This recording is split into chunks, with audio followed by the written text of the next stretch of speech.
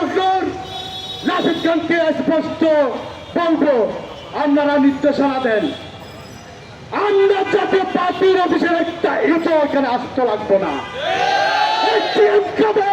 নজিবুর রহমান চুন্নু কেমনি এই দেশে বসবাস করে সেটা আমরা একবার দেখে নিব।